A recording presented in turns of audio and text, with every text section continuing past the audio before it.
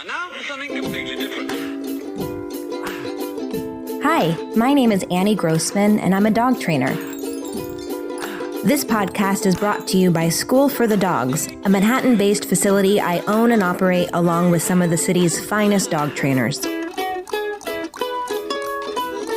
During this podcast, we'll be answering your questions, geeking out on animal behavior, discussing pet trends, and interviewing industry experts. Welcome to School for the Dogs podcast. Hello, humans. Thank you for listening. I am here with my 7-week-old baby Magnolia. Again, I've tried to figure out times where I could podcast where she is not going to interrupt with adorable baby noises, but I've decided to just go with it. And so I now have a little grunting, cooing, occasional co-host who might just be the youngest podcast host out there, also perhaps the only nonverbal one. If you're enjoying School for the Dogs podcast, please do subscribe on iTunes while you're there. Leave a review and give us a 5-star rating. It's a good way to let other people know that this is something worth listening to. And if you're on Instagram, tag us in your stories or in your feed. Send a DM. We love to hear from you. Today I am talking to a breeder of Goldendoodles. Now, I don't really know that much about breeders. Most of the time when we get dogs, puppies at School for the Dogs, they are no longer with the breeder, of course. They're in their forever homes. So I had lots of questions on the brain about breeding, and I wanted to pose them to the right breeder. And this led me to see about having a conversation with Cherrie Mahon, who is the owner, or one of the owners, of River Valley Doodles. I first discovered River Valley Doodles because, and this happens occasionally, where at School for the Dogs we'll have one dog after another of a certain breed who is just a fabulous dog, just one sort of adorable, smart, easily trained dog after another. And this happened with River Valley Doodles. I think the first dog that we had from River Valley was Neptune, who is a large, very sweet dog who we've actually done a bunch of commercial work with. I'll link to more about Neptune in the show notes. And gosh, who else did we have? Then we had Bo, who is a Goldendoodle who belonged to a client who actually had an older Goldendoodle that they got from a different breeder and had some issues with, and specifically, I think, sought out the best Goldendoodle breeder they could find. And then, gosh, off the top of my head, we had a dog named Bedford who was wonderful, Luna, Jules. We've had, we've just had a lot of great dogs from River Valley Doodles, and I thought, this is a breeder who must be doing something right, or maybe she's just really lucky. I didn't know. But it was after we started getting all these doodles from River Valley who were so great that at some point I reached out to Cherrie and said, please make sure to refer us if you have any River Valley Doodle clients in the New York City area, because we love working with your dogs. So I think what you're about to hear will be really interesting to you if you're interested in Goldendoodles, of course, but also if you're just interested in why someone would become a breeder and what that involves. Now, I refer to Goldendoodles as a breed. I should say technically they're not a breed in that most people think about breeds as purebreds. Now, of course, all dogs have been bred from a variety of other kinds of dogs, so it's sort of a misnomer to call any dog a purebred dog or pure breed. But there are AKC registered breeds. Most of the breeds that you've heard of are AKC registered breeds: Scotties, Westies, Poodles, Corgis, etc. And every year some new breeds are welcomed in by the AKC. The Goldendoodles, and as far as I know, all the dogs that are poos and doodles, cavapoos, she-poos, labradoodles, etc., have more recently been called designer dogs, but I think all dogs are basically designer dogs in that they were created from two different kinds of dogs with different backgrounds, genetic backgrounds, breeding, different crosses. Goldendoodles are not considered a breed. Cavapoos, all these doodle poos are not considered official breeds. That doesn't, in my experience, make them any less coveted. There are lots of reasons why people like to have these poodle mixes, and it's possible that one day they will be so sort of indoctrinated into our society, into our dog society, that they will be considered breeds, but at the moment they are not. And I mention this mostly just because in this conversation we refer to the dogs that Cherrie breeds as dogs of a certain breed. So I wanted to explain that they technically are not a breed of dog. Also, I think that a conversation about breeding with a breeder who breeds dogs that are one of these AKC acknowledged breeds would probably be a very different conversation. Cherrie, and we do touch on this a little bit, isn't breeding dogs that are meant to conform to a certain standard. Some of her Goldendoodles and the other kind of doodles she breeds are larger than others, smaller, darker, lighter. They often have different kinds of hair and fur. But because there is no breed standard, this is not an issue to her or to the people who buy dogs from her. Breeds that are AKC registered breeds have breed standards, which means it's written down in a book, this dog needs to be have ears of this kind and hair or fur of this kind and a nose that's shaped like this and ears that are shaped like this, et cetera, in order to be considered part of this breed, at least from what I understand, part of this breed that is good enough to continue the line of Dobermans or Border Collies or whatever. Anyway, so those are just some points that I wanted to mention, and I'm glad to be sharing this conversation with you. Hi, I'm Cherrie Mahon, and I am one of the owners of River Valley Doodles, which is a doodle breeder in Rochester, New York, and it's a family operation. And how long have you been the mama at The Mama C? Probably, I think puppy it's mom. 6.5 years now, almost 7. So you breed Goldendoodles, but also other kinds of doodles too, right? Mostly Goldendoodles, but we just started Sheepadoodles, which is sheepdogs and poodles. Okay. And about how many puppies do you put into families a year, would you say? Anywhere, probably around 50. And we have been doing it for 6 or 7 years, so we have quite a nice community. And how many dogs do you have that are yours, or dogs? Do you have dogs that are yours and dogs that you breed, or? Yes, yeah. So I have everybody's a pet, so we don't have anybody in a kennel facility. Everybody lives in one of our homes, so it is a family affair. So there's 7 of us.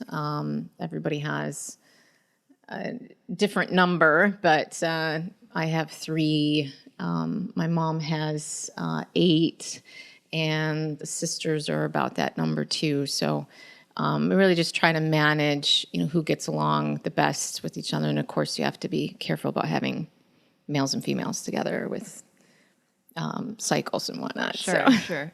So how did you get into this world?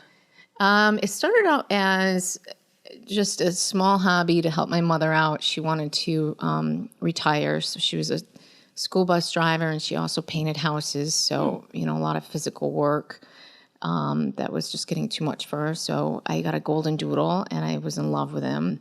And he's 10 now. And I've always had rescues, and then I had a Great Dane and a couple of boxers. So having a Goldendoodle with, not as much vacuuming was really a huge thing, but plus, super smart and just a joy to have her around. So I talked her into starting this as something to do, to help supplement and help her into retirement. And it just, then all of a sudden the sisters got interested and involved, and my 2 cousins. So everybody jumped on and took, this in the very beginning was only just 2 foundation dogs. So this has grown quite a bit over the course of 6-7 years. So how do you start out? Like, okay, I'm going to breed dogs. Where do you get the first Adam and Eve dog? Well, I studied first. I read a bunch of books, just about everything I can get my hands on. You would be surprised how much breeders know over vets when it comes to neonatal and understanding bloodlines, because they were studying poodle bloodlines before, anyone even understood differences of, mixing European lines and American lines and inbreeding and things like that. There's also a lot of breeder forums, and it's gotten better and better with, the advent of more technology and social media, where information is shared, and anything that comes up that's an issue, it's really, for the ones that are working hard to do a good job, they're really interested in issues that come up and how they can make breeds better. Mm-hmm. So you really kind of had to give yourself like a mini education in genetics, it sounds like. Yes, yeah. Oh, I think it's really, really, really important.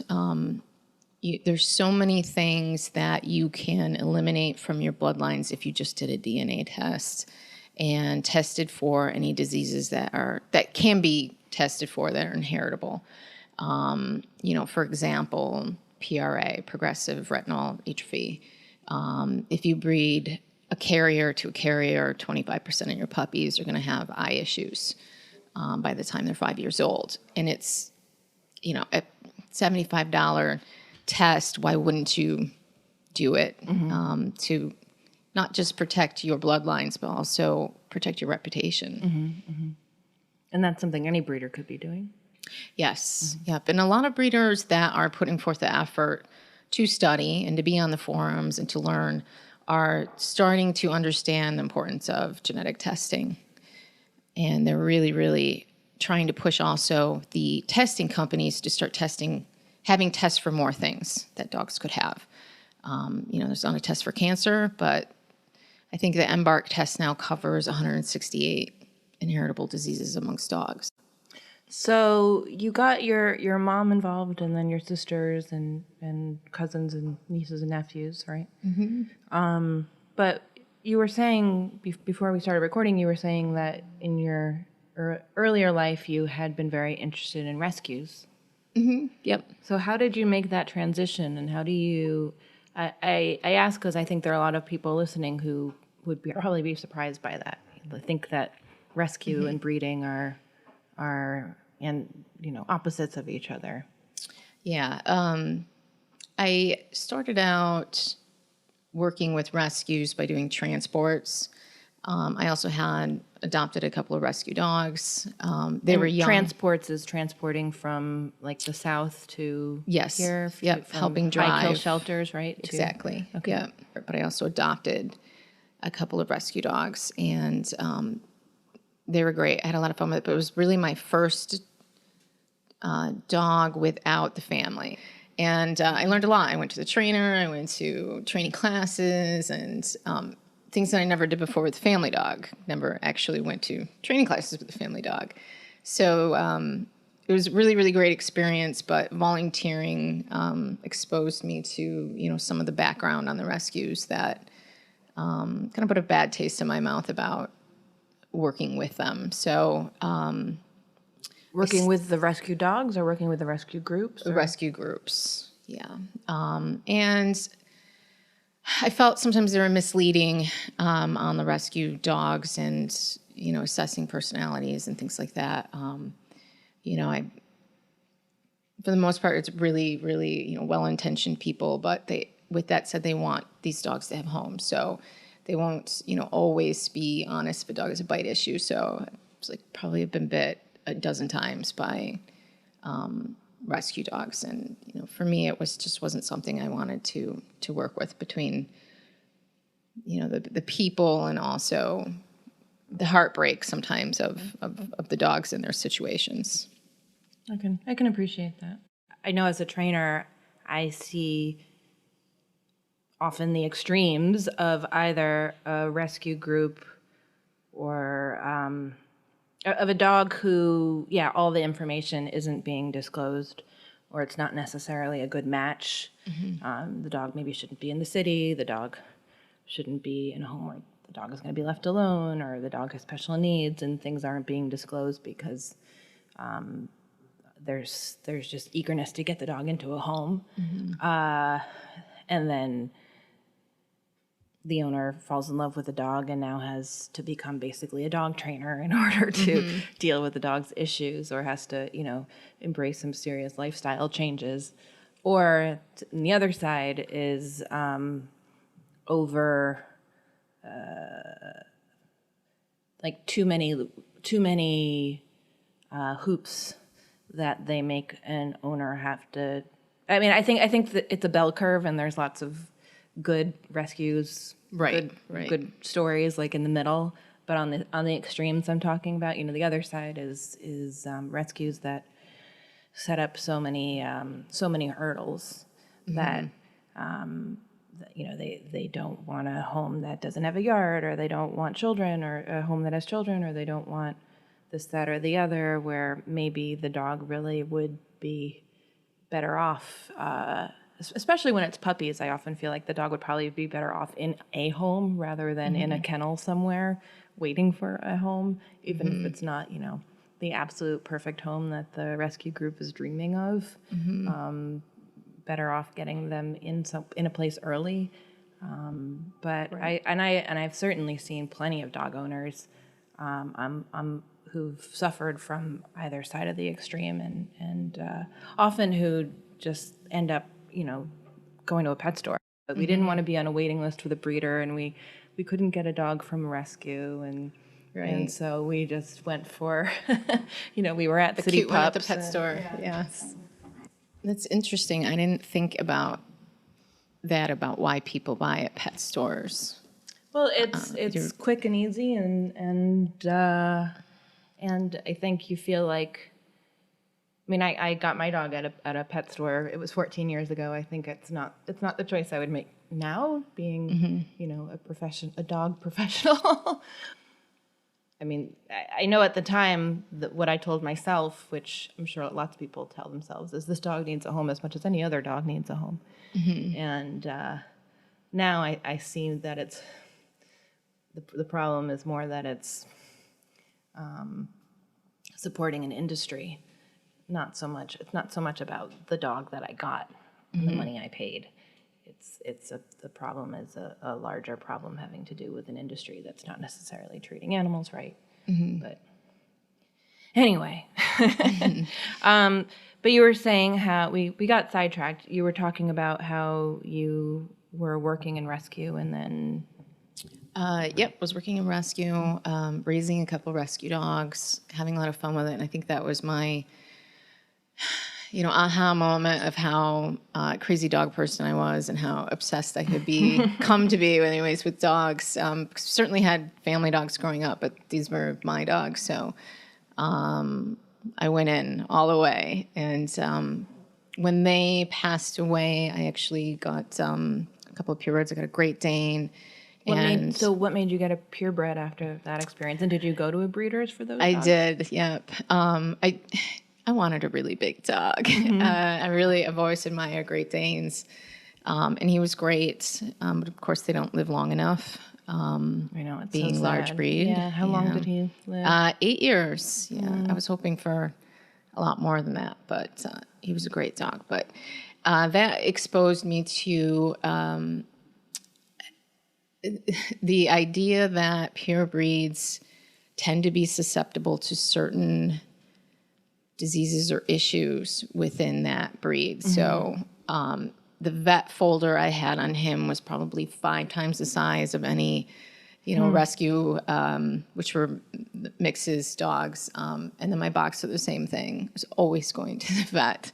And I don't think it was, poor breeding or anything like that. I think it was just it's things that run in the breed. I mean, you can't make the fact go away that a Great Dane, it's highly unusual and rare to live over 10 years old. Well, if you picked, I mean, even with humans, there have been cases in humans of inbreeding. Basically any time you pick one thing, one criteria to one physical criteria to breed for, whether it's size or eye color, or if you tried to breed humans that looked exactly like Gwyneth Paltrow, by breeding closely related humans, eventually you would get weirdness, right? Right. Yeah. And isn't that kind of what's happening? The amount of inbreeding you need to get dogs of every generation that look the same as well. There are some breeds that have big issues with inbreeding. For example, poodles in the U.S. A lot of it's because people will want to breed with the same champion. So, so-and-so won champion this, and that's the one stud that they want to breed with. So, X amount of poodles then will be bred with those lines, and then, bred to one that's super similar, and they have issues with inbreeding for sure. But they do also have reporting within the AKC section of poodles. They have to report that percentage on their AKC records. Okay. Huh. That's interesting. I am concerned about conformation for sure, because there's a longevity to it as well. So, a great example would be corgis, stout bodies and short legs. And it's a lot of weight for those short legs to handle. And if you could be careful about how you breed a mommy and a daddy to, work towards a good conformation that has longevity to it, that has proportions. That's one of my goals is, making sure that there's a decent conformation in that aspect. But the con is, but not conformation to a certain breed standard, right? Because with Doodles, there is no no breed standard, right? Yeah. So, I look for something like the sport body, but I don't. The con is, when you have breeds that are breeding for, really huge underbites, and they love that, like the bulldogs, like these underbites. But then they do it so much that then they have dogs that have trouble chewing, right? Or exacerbating something that isn't for the longevity of the dog, right? Is the con. That's purely for looks, yeah. Right. And so when you chose Goldendoodles as a breed I guess they're not technically a breed, but let's call it we'll call them one for now. Yeah. When you chose Goldendoodles, was part of it that you were trying to stay away from purebreds, or was it just? Yeah. Okay. Not that I don't love them, because I do. I love boxers and Great Danes. I always have a huge affinity for them. Certainly not longevity. Boxers are known for bone cancer, Great Danes for all sorts of things.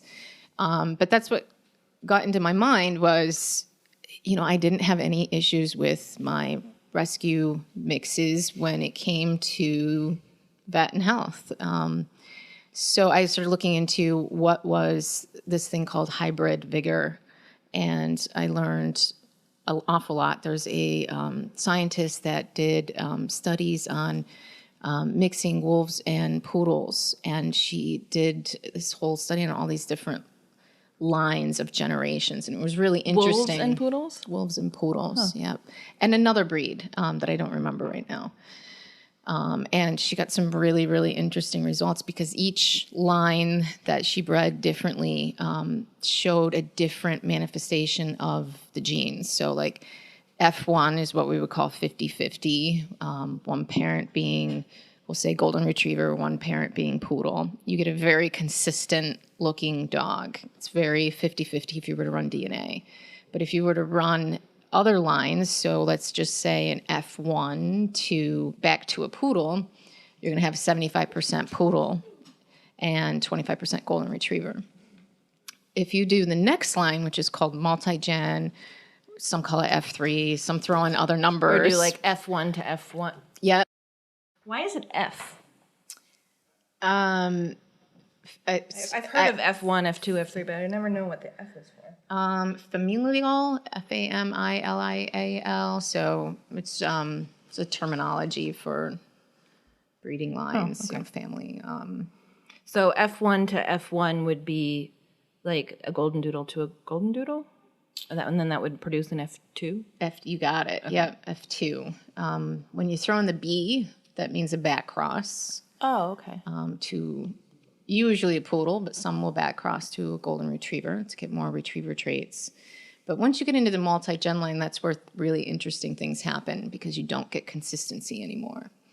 And you can get some that look more poodle within the same litter, look more poodle, and some that look more golden retriever.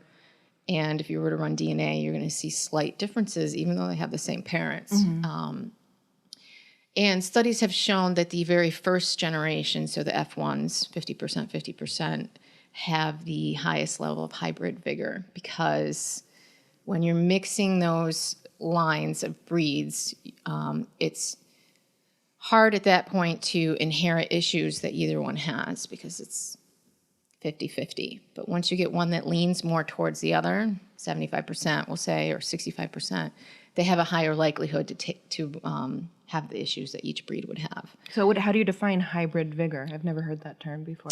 Hybrid vigor means that your vet file is a lot smaller when you have a mixed dog versus a purebred dog. Is it just basically another way of saying healthier? Yes, yep, healthier. I believe there's dozens of scientific studies done not just by this scientist but other scientists that have shown that hybrid vigor. I think it started with the vets saying, "Wow, this is amazing. We never see the mixes in here for anything." Mm-hmm. And then we're always seeing Brittany Spaniels for this. We're always seeing boxers for bone cancer. And once they start recognizing that pattern, they've started doing the studies, and it really has shown to be a thing, hybrid vigor. So are all your dogs then F1s? No, it's all different. So we have a lot of breeders start with their foundation lines being F1s, golden retriever to poodle, and then the next one that they tend to, I would say, graduate to, but that's not the right word, move to, it would be F1B. And they'll back cross to a poodle because people asking for these dogs want the non-shedding as much as possible. And F1s will lightly shed. Some will even... Isn't it true that all dogs shed? That it is no true. Such thing as a totally non-shedding dog? Yeah, no such thing as a hypoallergenic dog. There is no such thing as a non-shedding dog. Whether they have hair or fur, something's going to fall off of them. So... And some people also are allergic to like the dander or the saliva. Or the saliva, right. Yeah. So whenever I have somebody asking and they mentioned, my son has allergy issues, my husband has allergy issues, and, that's why we want one of these dogs, I always say, wait a minute. As soon as I see on an application that allergies are an issue in the house and that's why they want the dog, we have a conversation.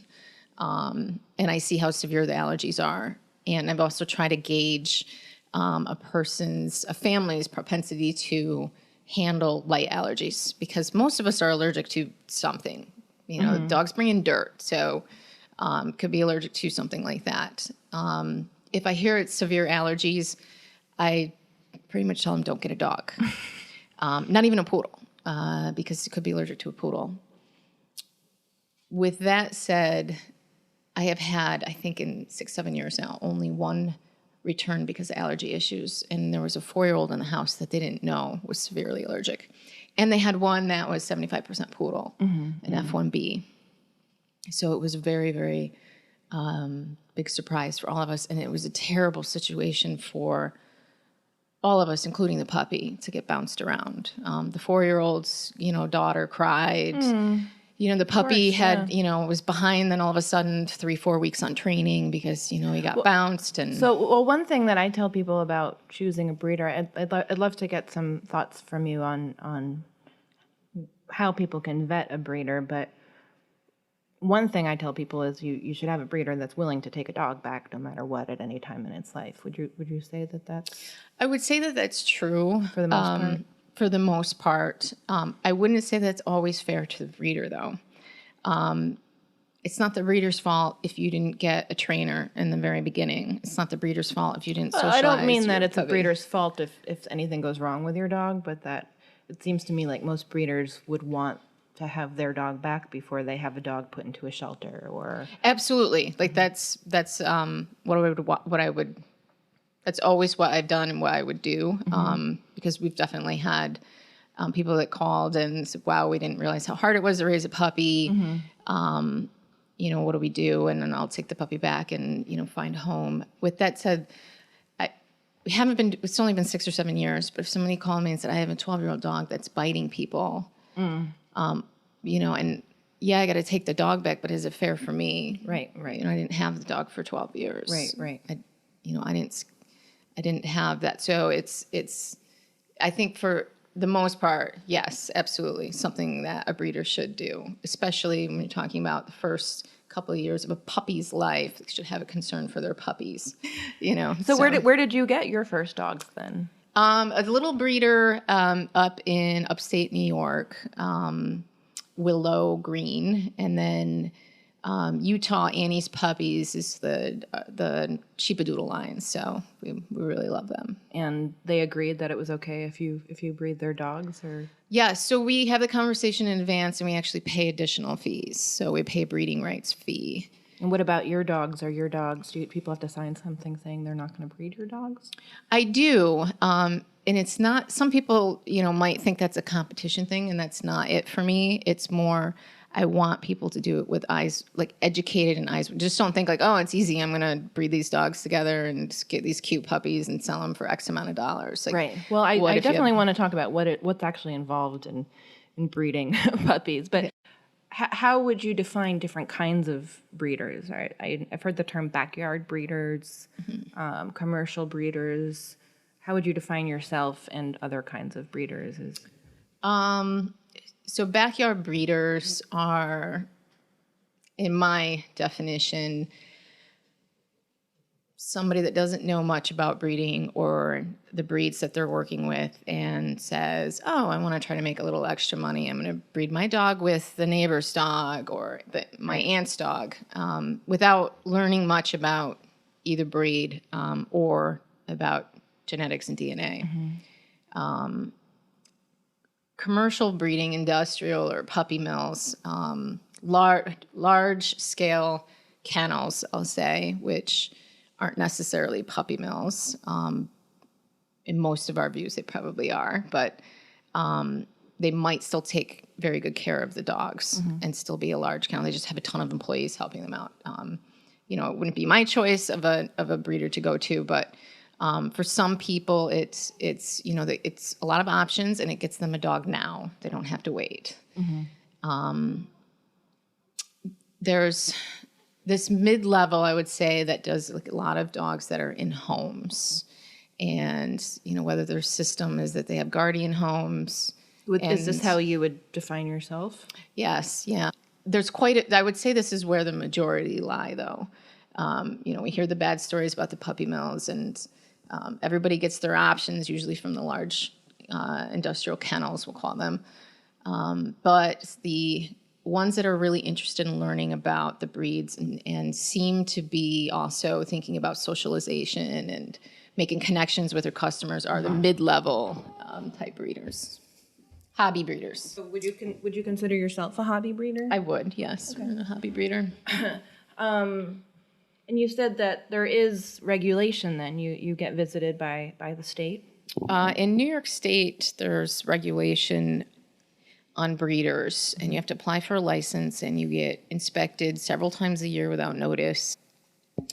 So in New York State, they have that program, which is really great because there's also, they have standards for the care of adults and puppies in the house and or kennel.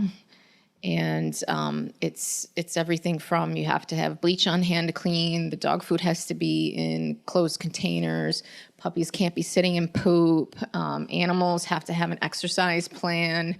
It includes cats too, I said animals, so if people are breeding cats, you also have to have this license. If you breed more than, and sell more than 9 to 25 puppies a year, depending on where you fall at within there with other regulations, depends on if you have to have this license or not in New York State. So I think it's really been great for New York breeders, even though it's, you know, a little bit of a pain. You got to deal with the paperwork and people randomly showing up. It really, really, I think, has helped keep puppy mills down in New York State. So, and other states don't have Are that. there red flags? Are there things people should look for to know that they shouldn't contact a specific breeder if they're doing a search that could tip them off to it being a puppy mill? Are there certain states people should avoid? Yeah, there's actually a puppy mill state list. If you Google it, that comes up with the top states for puppy mills. Pennsylvania and Missouri, off the top of my head, are right up there. I wouldn't say all of the Amish listings are puppy mills, but they have been red flags certainly for not having proper care of their animals. If I see an ad that says, you know, no calls on Sunday, that sort of is a red flag to me. So, okay, well, you know, is this an Amish or Mennonite that, you know, can't take calls on Sundays? That By and large, they have a bad rap in the breeding they world. do, especially Lancaster, Pennsylvania. It's been in the news quite a bit for the Amish Mennonite community in that area having puppy mills and just, you know, deplorable conditions. My stomach's actually turning thinking about some of it. It's interesting that that's a community that has taken on that industry and not doing it well. Yeah, I've heard of some. You know, I've met a lot of great dogs that came from, you know, Amish or Mennonite families, and I've heard of people that've been there and that they had a great experience.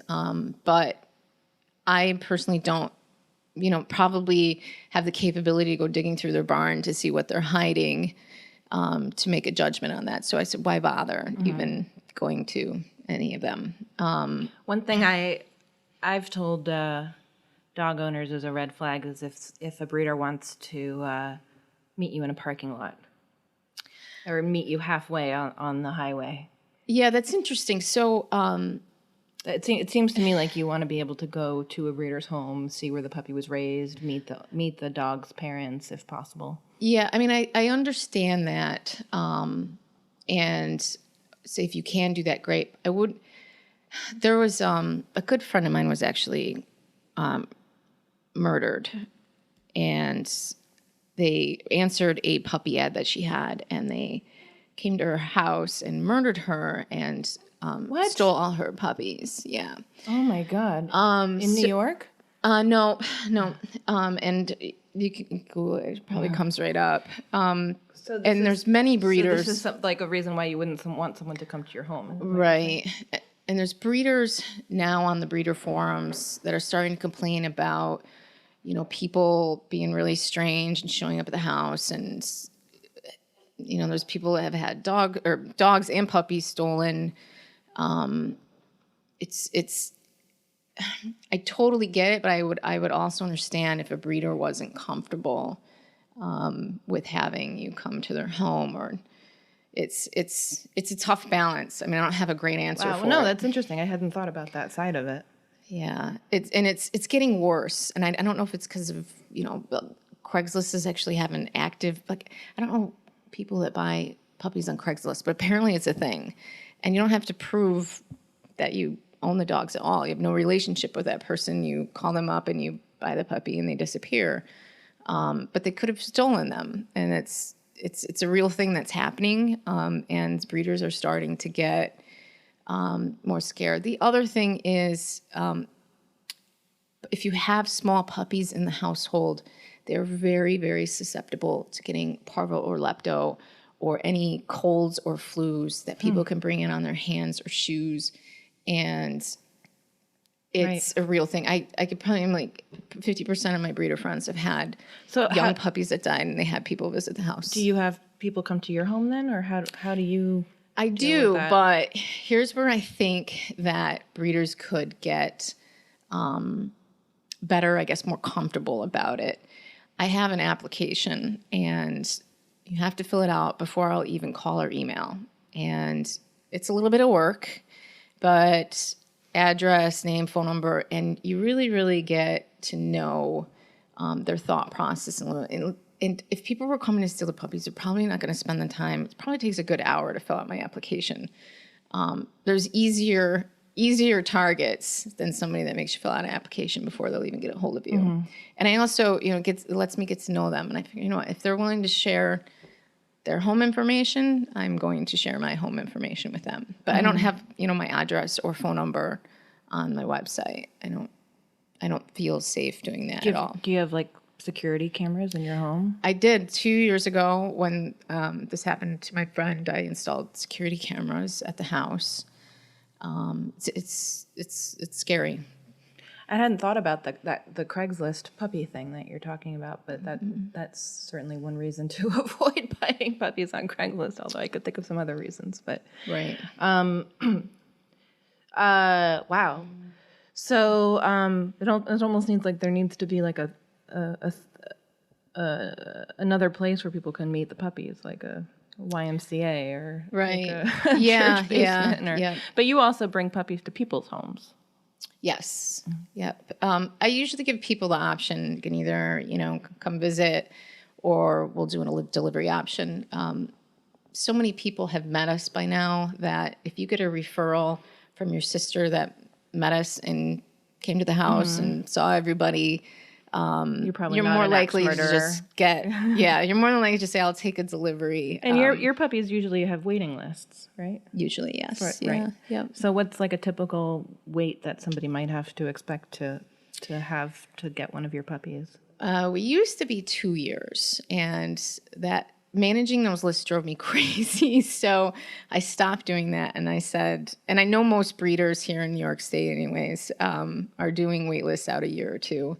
And I said, I just can't manage it because things would happen. Mother Nature would happen. And instead of 6 puppies that we're expecting, maybe only 1 was born, or maybe a breeding didn't work out. And then I was calling people that were on the list, and I'd have people crying or mad that, things didn't work out. And it kept breaking my heart to say, something didn't work out. And they prepared, they went and bought stuff, and the kids were excited, and you had this wait list that you managed that didn't work out for them. So now I only do this season before, so a couple of months. When I'm pretty sure somebody's pregnant and we're going to have puppies, I'll start a list. So the wait period right now is, 2 to 6 months. And the cost is around $3,000. Is that about right? It depends, yeah. Anywhere from 2 to 3. Our mini lines are more than our large standards. Okay. Another thing, and you can tell me what you think of this suggestion that I give to people, is that if you are talking to a breeder and they're willing to haggle with you about the price, that's probably a bad sign. Because it seems to me, and again, I've never raised puppies, but it seems to me like the profit margin for a good breeder, it's not huge. Yeah. It costs a lot to do I it have right. no idea how these, I see the listings, Greenfield Puppies, which is a puppy mill broker listing for Lancaster area. And they do a ton of puppy listings and like $800, $500. I'm like, I have no idea how they do that. I mean, between like the healthcare for the parents, if you're feeding good dog food, good puppy food, if you're having people help you clean and you're keeping, everything as clean as you can, it's expensive. You certainly break it down by the hour. It's like pennies. So I have no idea how they're doing it at that. Health testing too.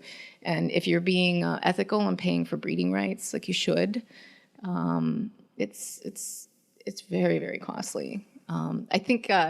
Like you said, you're a hobby breeder. I think of it like my aunt who, I imagine it's kind of like my aunt who is a knitter and worked at a knitting store to help pay for her hobby of knitting. The hobby of knitting, yes, yeah. That's how I feel sometimes, that the hobby pays for my dog life, yes, my dog fun. But yeah, it's far more expensive than people realize if you're doing it in a way that, I wouldn't say that is good, but is premium. So, good food, good health care. I have been to the emergency room a few times with neonatal puppies, and I'm just so upset about them being sick or something. I'll be like, here, take my money. And they're just shocked because they don't ever see a lot of neonatals, puppies under 6 weeks old, because breeders don't bring them in. So if you have a breeder that's willing to... they just let them die? Yeah. Yeah. that's a whole part of breeding that I can't imagine handling. I mean, if you're breeding puppies, some puppies are going to die, right? And you have Some to. puppies are going to die. Yeah. There's a percentage, it was 12%, or I think it's 12 or 12, I don't know. I saw this percentage of, how many puppies die and, within the first couple of weeks. And it's a real number. I always thought, we're not going to be that number. We're never going to have that. And, things happen. You have puppy born, coming out backwards and doesn't get, the air. What's that like for you?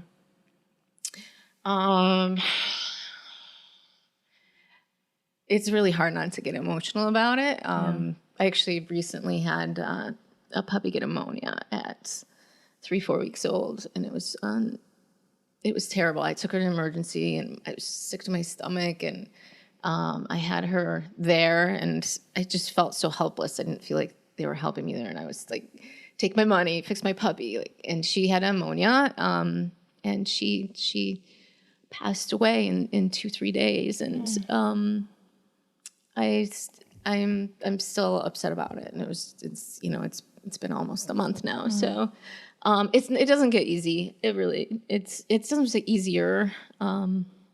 It's an issue. I guess it's if they're also one that you see that, opens up their eyes and has a soul and, is ready to take on the world, that's way harder than stillborn. I mean, not that still isn't hard, but it's not easy. That's when I quit. I just tell my mom and my sisters, I'm like, I quit. I can't do this. And it's the toughest part. Do you deliver the puppies yourself? Do you have a vet there? How does that work? Yep, we do ourselves. If it's, my mom does hers and my sisters do theirs. But yeah, we don't do the vet. No, it's not standard. Nobody really does. If you have issues, then you go into the vet. But it's a very natural process for them. The aspect that their hormones kick in. They have these natural instincts to take care of the puppies very quickly. It's if there's issues, you can go into the vet and get C-section and maybe have some help with bringing on contractions. But it's different for dogs. Right. It's of course you're having, we'll say 4 to 7 versus 1. But it's not, what we see of humans having dogs. Well, even a step before that, talk to me about how we get them pregnant. Is it all artificial insemination at this point? Is there like a sperm trade business? There is actually. Yeah. If you have a little daddy dog, you should always have a bigger mommy than a daddy. But if you have a little daddy, makes sense. Yeah, Okay. I know. If you have a little daddy, then you should probably do artificial insemination so you don't hurt the little daddy. And there are you don't set up stools for them? no. Yep. And artificial insemination is exactly what you think it is. Maybe TMI, but turkey baster type things. Mm-hmm. And the vet can do that for you, or sometimes breeders know how to do it themselves. I don't do it. And it depends on what size you're aiming for with your puppies. Mm-hmm. Dogs are different in that they don't have cycles every month. They either have a cycle every 6 months, it could be every 8 months, or it could be once a year. So that is also the only time that they can get pregnant. They cannot get pregnant in between there. So it's a very, very limited window of just a few days a year. Mm-hmm. And do some of your dogs then conceive naturally? Yes. Yep. If they're about the same size, they conceive naturally. And you just put them in a room together and yes, some nice music, and that's exactly what we do. Yep. And I don't know how other breeders' daddy dogs are, but our daddy dogs are very considerate gentlemen. So it's romantic for them. What does that mean? I must know. Well, so we have Winston, my mom's mini sheepadoodle.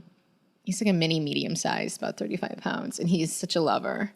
And he's just gonna, make out first before, they have to go on a date and they have to play a little bit, and he sort of courts her and they make out first, and it's really cute. Aww. Yeah. So after they're born, what's the next step? What are the first? I mean, usually people get their dogs. Do you have a certain age? 8 weeks, 10 weeks, 12 weeks? Yep, usually 8 to 10 weeks. So how are those first 8 weeks broken up for you? Yeah, this is actually really interesting that to talk to you with, because I always wonder where trainers come up with some stuff. So people will ask me, what's the personality trait? And they'll ask me when the puppy's 3 weeks old. And I'm like, well, that puppy hasn't done anything yet. He nurses and sleeps and maybe waddles around a little bit, maybe. And then right around 4 weeks, they start waddling around a little and playing, and they learn their voices, but they still can't see you all the way. They'll look at you and you can tell. They'll sort of look over your shoulder or something. And, 5 weeks old, they're starting to become, what I call real. And by 6 weeks, I'm like, finally, you're like a real puppy. You're not a hamster or a gerbil anymore. And I'll have people that I'm talking with, they're interested in the puppies, and they'll ask me questions such as, well, how much potty training, do you have? And it's like, well, they really only poop and pee by themselves before they go home for about 3 weeks with us. So mommy helps them in the beginning, and licks their butts, cleans them. Yep. Mm-hmm. Yeah. So we do the best we can, but we really have this 3 week period that we can work on them with that. And luckily they have a lot of natural instincts to want to be clean. So that really helps with potty training naturally. But we also have a balance of trying to be considerate with their health. So it's not safe always for puppies to be outside. So to say, oh yeah, we're going to, have them fully potty trained outside by 8 weeks old, might not be practical, especially if it's February or January. Well, also, your outside is not necessarily the outside of the home that they're going to. Right. Your dogs might be house trained to go on the grass in your yard, but that's not necessarily going to translate on the streets of New York City. That's something that I have to tell dog owners a lot. You want a house trained puppy, but you want a trained puppy, but it's not going to be trained to your home. Go down the cement or or anything in your home. I mean, unless you train it to understand what life is like in your home. Mm-hmm. Anyway, so the first few weeks you were saying are... Yeah, the first few weeks they don't really do much of anything. And how much care do you have to give them, or is the mom kind of doing everything for the mom's first few weeks? Yep, mom's usually doing most of it. My job is to sit there and to play with them and pet them and make sure that they are nursing. Mm-hmm. If they're not nursing, then we have to bottle feed. And if one looks to be not doing so well, we have to be bottle feeding every 2 hours. We have to really be on top, which could get really exhausting. But so what do you do when you go to work? Do your sisters pitch in, or can they be alone for some parts of the day? Yep. If we have puppies at our house, we pretty much don't leave. If they're, under 4 weeks old. Mm-hmm. Anything could happen. I mean, once or twice we've had puppies, even though they're 4 weeks old, that got sat on by the mom. Mm-hmm. So pretty much don't leave. No trips, vacations, or anything. So you've got, very, very limited time period. You can put a camera on them, but it doesn't take long to accidentally sit on a puppy and suffocate. So do you give them each alone time? I've heard of that as something that's suggested. Is that a truth? Do you mean the mommies or the puppies? The puppies. If I have them longer than 8 weeks, I will start to do things like that.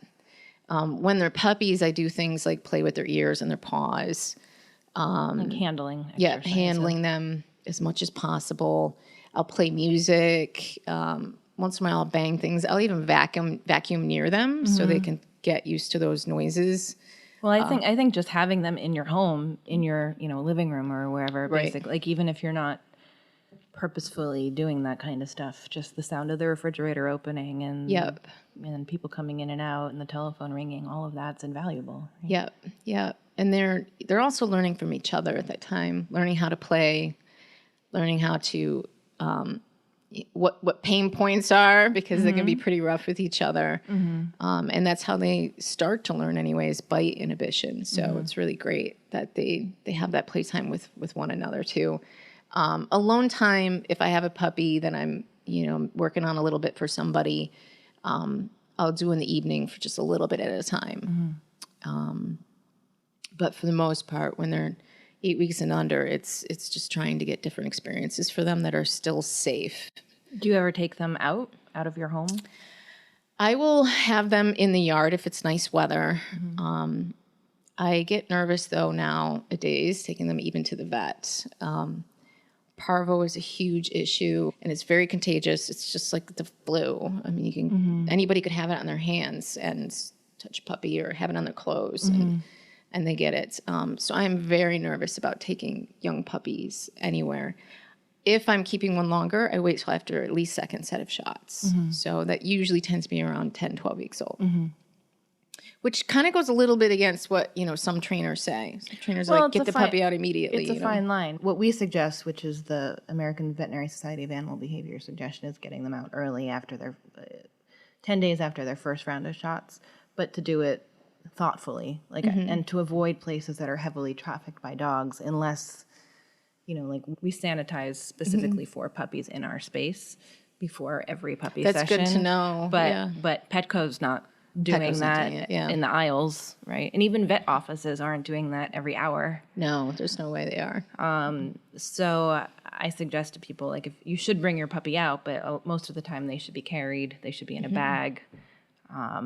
If you are going to put your puppy down on the street, which I suggest, you should be, making sure they're not licking things, and you should wash their paws as soon as you come inside. You should take off your shoes when you come inside, wash your hands when you come inside. So I suggest early socialization before the second round of shots, but with a lot of caveats, I guess. Yep. I do the same for people. I was just telling someone about, always carry the puppy in a bag or a case or something so they can see things, and do not put your puppy down on the floor at the vet, and do not put your puppy on the table if you haven't seen them disinfect it. Yeah. So, and I've said if trainers... I think a lot of dogs get sick in the waiting room in the vet's office. Yeah, that's usually where they get parvo. Yeah. And if trainers don't ask for group training, don't ask for your vaccination records, they're not asking anybody else. Sure. So don't use those ones. I think the best solution is bringing your dog out in a bag. Yep. Because you're protecting them, but you're still exposing them to the sights and the sounds and everything that you want them to get used to. What are other breeder responsibilities, would you say? I would say the thing that, especially that kind of makes my heart sink, I guess, when I'm thinking about puppy mills. This is really, I think, the reason why you should pick a breeder that has some thought process and care in their program, because it's not just the puppies they care about, it's the adults. And, everybody's like, oh, I got, a puppy from, but I didn't, they have a barn full of puppies. And, I was like, well, the parents could be, stacked up in a bunch of cages in the barn. And it's, so as a breeder, I feel like, one of my number one things are the adults. And I actually had the vet recently ask me, if you had to make a choice, if there was a labor, a dog having puppies that was going bad, do you want to save the mom or do you want to save the puppy? And, my heart started, I was twisty thinking, I'm like, I want my dog, and I know, a lot of breeders will be like, I want my money, I want the puppy. And for me, it's like, I want my dog. So yeah, a parent care, adult dog care is huge. It's proper nutrition, making sure they have their vet visits. Are they on monthly heartwormer? Because all those things also build immunity system of the puppies. So you have to have really good records too, to keep in track of who's due for what. If someone's looking for a dog, do you suggest that they call rescue groups first, shelters? I do think they should go to a breeder first. What's your... Yeah, good question. I think that they should call around for rescues first and visit the shelter. Are there doodle rescue groups? Yep, there's doodle rescue groups. There's not many, and I believe the primary one has a lot of rules and regulations. So you have to have a fenced-in yard, I believe. Kids can't be under the age of 5 in the household. You have to have carpeted stairs, things like that that are good for thinking about, the safety of a puppy or a dog, but also they don't want these dogs to be rehomed again. And I would say the few times I've had dogs rehomed, it's almost always people that have kids in the house because, they don't understand like how hard it is, puppies and kids together. Those puppy teeth and, kids don't have any idea yet of personal space, on the dogs. And So you would suggest going rescue and first and sort of seeing what's out there? Yep, see what's out there. I mean, because you never know, like what you're looking for might be available. I wouldn't say that it's often exactly what you're looking for will be available, but I mean, why not take a look first? Why be in a rush? You do have to, have a conversation with the rescues about temperament, and perhaps even why the dog's, in a rescue. But if something's there that you're looking for, I mean, certainly go that route before. I mean, we don't want to fill shelters. What about shipping puppies? Is that something that you do, or do you think it's not a good idea? I don't. I just don't see the reason why when you could come on a plane and take your puppy back with you, and then you get to meet me, and I get to meet you. And I also think that it's very questionable what's going on in the cargo or the belly of the plane. And I don't think I've ever shipped a puppy. For me, it's just like, I get emails from people like, oh, I live in Brazil, I'll send you money immediately if you send me a puppy. And I'm like, no, like I don't need to send my puppies out of the country either. So. And when people give you applications, are there things on the application that make you be like, no way, Jose? So my application is stacked towards trying to get people to understand how hard it is for a puppy. So I'll ask questions like, are you able to take the first week off of work when you get a puppy? That doesn't totally, rule you out if you can't. But if you tell me you have a plan to take care of the puppy the first week and to help, introduce the puppy to you, I'm more open-minded to it. I just don't want to, hear like, no, I can't make any sacrifices for getting a brand new puppy. The other thing is like, do you really have the capability to exercise a puppy or dog at least 4 times a day? And those are answers that I really listen to. And if I hear, we just want a puppy that, just snuggles with on the couch, I will say, I just don't think it's going to work. And you have a waiting list, so you can Right. afford to pick and choose, I guess. Yeah, that's really, really helpful because I'm in other breeder forums and I hear from other breeders complaining about the people that got their puppies, and I have to say, like, it does matter if you have the ability. You have other people waiting, so you can say no. Do you see yourself continuing doing this? Good question. And my family is like my mom and my sisters, and my 2 cousins are super interested, and they don't deal much with the people part. I do most are you of like that. the face of I'm the River people Valley? person. Where'd yeah. the name River Valley come from? Is that My mom, where she lives, she has Genesee River in the back of her, Okay. so she lives in kind of like a little valley. Yeah. My heart gets broken really easy, and I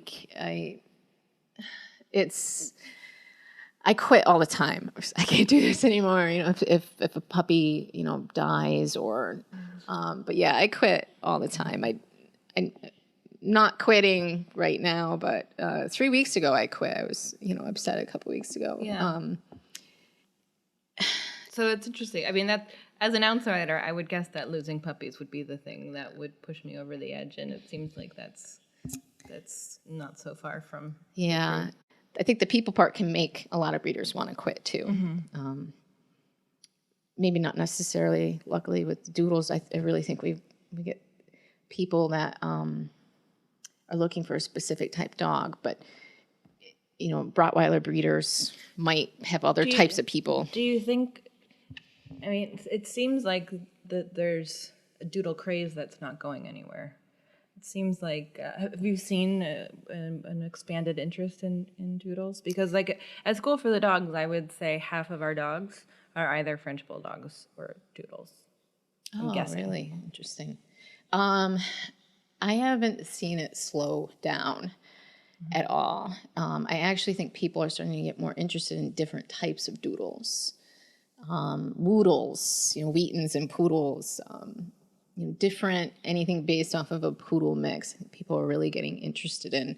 The demand is there, particularly in urban areas, because you can get a size that makes sense for where you're living.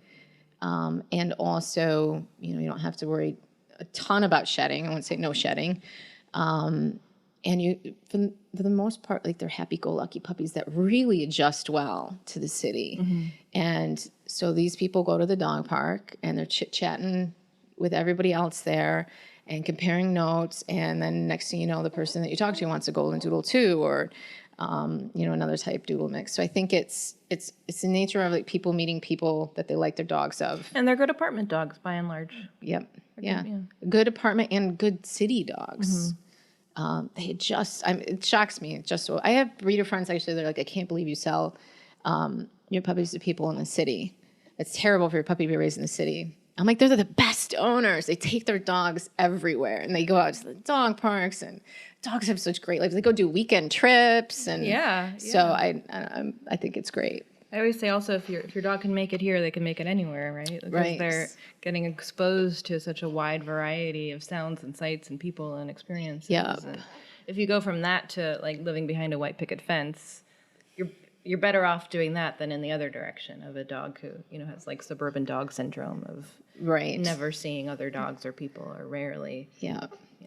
Another red flag. You mentioned suburbs. I added the question. Somebody wrote an article that was really good. I'll just send it to you. But she basically was saying that suburban dogs she felt were abused because sometimes it's families. Oftentimes their kids are in multiple sports. So they go to work all day, and then they go to the kids' sports, and then they come home, and basically the dog's been home all day long. It's just like a piece of furniture. Hasn't had any exercise, hasn't had any engagement, and that is another red flag that I look for. Yeah. Is do your kids play a lot of sports? If the answer is yes, what's your plan for the dog? So it's terrible to think like that's great. They live in a nice, maybe they live in a nice, beautiful, big home in a great neighborhood with a great big backyard. It doesn't mean the dog's taken care of. Interesting. Do people want to pay more to have a dog that's like already trained? They do, quite a bit. But I'm constantly having the conversation in the beginning that a puppy, even after a month of training, is not a trained puppy. Puppy doesn't go home and isn't this perfectly trained puppy. Of course. Which is hard for people to understand because I was just having this conversation with an owner where I said, training, it's not one thing. It's not, it's kind of like saying, well, I want a kid who's educated. Like, well, what does that mean to you? Right. And, the breeder could be training the dog in the breeder's home, but that doesn't mean that any of it is necessarily going to translate to your home. Right. Yeah. And I'm constantly educating on that. I never make any promises. We can get them started on some things, but you have to get a trainer. And I always tell everybody, it's like, please have one come to your house, your home, your apartment, whatever, and do group classes, because that puppy's going to bond with you when you're in those group classes. That's when the puppy focuses on you, and the puppy doesn't even know you until then, that moment, that bonding moment. So in the group classes, in group classes, yeah. So I just feel like just because you had a puppy at boot camp or something for 2-4 weeks before you got the puppy, you and the puppy need to train together. Anything that we haven't hit on that you think is worth mentioning? I think that I understand why people go to the different platforms you can go to get a puppy. Definitely, think long and hard about why you want a puppy. They're not easy. And if somebody tries to, push a puppy on you, why. It's something to really, really think hard about because you are responsible for making that puppy. We can say it's the breeder's responsibility, it's the bloodlines, the temperaments, and things like that. But, in reality, the breeder only has from the time that they're kind of hearing and seeing to the time that they go home, which could be, a few weeks. 3-4 weeks. And I always tell everyone, it's like, you're the one that's going to make your puppy. Like, yeah, I'm going to give you the base, but you could easily mess it up. So it's a huge responsibility. The other thing is, buying a puppy from a pet store. So we don't sell any of ours to pet stores. We know the people. We get applications for people. We know the people where we are sending our puppies. That's my choice. That's our choice. It's our family. We want to know who's getting our puppies. We want to make sure they're well taken care of. I don't want to say it's bad for any breeder to sell their puppies to a pet store. I would just say, why? Like, don't you want to know the people that are getting your puppy? Don't you have that little extra care concern about where the puppy's going? You might have and maybe the answer is you have a great relationship with the pet store owner, and there's some really great pet store owners. Well, it seems like from everything you're saying, and like I said, from my suspicion of it just being expensive to raise a puppy, that considering the price that people pay at pet stores, if there's some kind of figure, it's a 50% markup. I mean, I'm guessing there. But it would mean that the breeders has to be doing a lot of volume in order to be making any money at all. Right, to do that pricing. Are there other than that, are there good sites online that people can look at? Are there sites that are basically online puppy mills that you know of? It's a good question. I don't know. I think that you can find good breeders on some of the curated aggregate type sites, but you really got to dig, and it's definitely helpful if they have some type of presence, if they have a website or a Facebook, or Instagram. A lot of them aren't, they don't have the skills to do a website, so they do a Facebook page group. It's really not that hard to message somebody that follows their Facebook group that maybe got a dog from them and ask, how was your experience? And same thing with Instagram. Yeah. I get people all the time like, oh, I asked so-and-so on Instagram about you. And I think like the fact that it's a great idea. Yeah, please. Like if you ask me for referrals and recommendations, I give you names. Like I'm going to give you the people that I know like absolutely love me. So you're better randomly reach out to somebody that I don't even give you the name of that, can give you their opinion. And I think that's the best way to get references and referrals, and to understand if not just the experience they had with the dog and the puppy, but the experience and the relationship that they had with the breeder. And you said it's hard sometimes to let go of the puppies. It is hard, yeah. But I'm trying to coach my sisters too to stop crying when they go home because it makes the people feel bad. Sometimes I fail, but for the most part, I'm happy. Like I get excited when people get their puppy. Well, because they're excited. Yeah. I used to work on the show Too Cute Puppies and Kittens, the Animal Planet show, and I would have to watch footage of people picking up their puppies and leaving, and like the mom being left behind, and I would cry every time. I mean, even though I know the mama dogs are probably like, thank God there's no puppy like biting my ears anymore. I would still get so sad to see the puppies having to leave their mommies. Yeah. Some people get sad because they're leaving litter mates too, and I tell everybody like, I really think this is true. Like by 8 weeks old, they're sick of each other. Like they want your attention. That's why when you walk in and they're all jumping up, like pick me up, it's because they're tired of each other. They want a human. So. But the number one thing I think that's good for puppies is playing with other puppies. Yes. Like we have puppy playtime every day, and I think it's the most important thing we do probably for puppies. For puppies, yeah. Not only getting their energy out, but learning. Yeah. So. Yeah, learning, I mean, helps with nipping for sure, and they learn from each other in ways that we can't teach them. And then occasionally, because we have a lot of River Valley Doodles, we'll have Doodle play date. Well, we'll have ones that are actually end up being siblings, or they find out even that they're siblings. I try to connect, especially siblings. I try to connect everybody so they can do sibling play dates if they want to. Well, you have the Facebook group for all your owners. Right? Yeah, we have a private owners. We have a public one. We have a private one too, so they can schedule their own play dates if they want to. So, yeah. Well, thank you so much. It's been incredibly informative. Thank you. Thank you for having me. And if people want to learn more, what's the best way for them to find you? Our website's rivervalleydoodles.com, and I also have a lot of fun with our Instagram account too, which is also River Valley Doodles.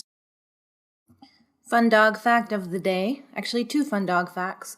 One, I recently learned that Goldendoodles were originally bred to provide low-shedding dogs, low-shedding versions of golden retrievers to people who needed service dogs, which is kind of a cool thing.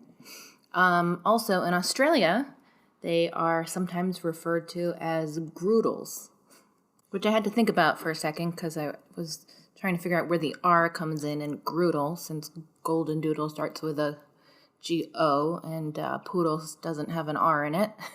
But I think it's Golden Retriever, like G-R, Poodle, Groodle. Anyway, and our woof shout out this week goes to a Frenchie. His name is Gary, or his nickname is Gare Bear. He is a 6-month-old foster Frenchie who is currently living with Sahu and Michelle. If you've listened to this podcast before, you might have heard me mention them and their dog Suki. Gare Bear is their newest foster. He is adorable. You can see him if you go to their Instagram account, which is Bucky's Foster Crew. And if you're interested in adopting a young Frenchie, you can learn more there. Thanks so much for listening. You can support School for the Dogs podcast by telling your friends about it, leaving a review, or shopping in our online store. You can learn more about us and sign up to get lots of free training resources when you visit us online at schoolforthedogs.com.